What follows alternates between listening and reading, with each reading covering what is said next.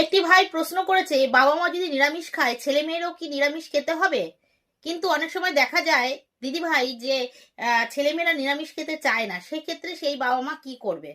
সেই ছোট্ট ভাইটির প্রশ্নের উত্তর আমি দিচ্ছি। দেখো, তো প্রথমে মা বাবা যদি নিরামিষ খায়, সে খেতেই পারে।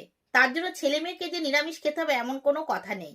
অনেক সময় ছেলেমেয়েরা খেতে চায় না, তখন তোমার তাদের আমিষ খেতে দেওয়া উচিত। কেন? সে মন থেকে সেই জিনিসটা আসছে না নিরামিষ খাওয়ার জন্য।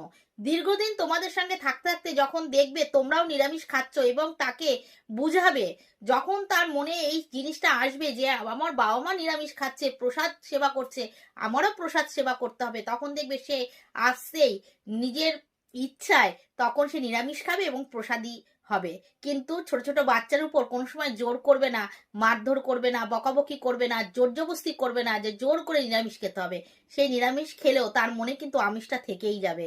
আগে মনের থেকে সেই আমিষটাকে বের করে তবেই তাকে নিরামিষ ভুজি করো, তাতেই কল্যাণ হবে।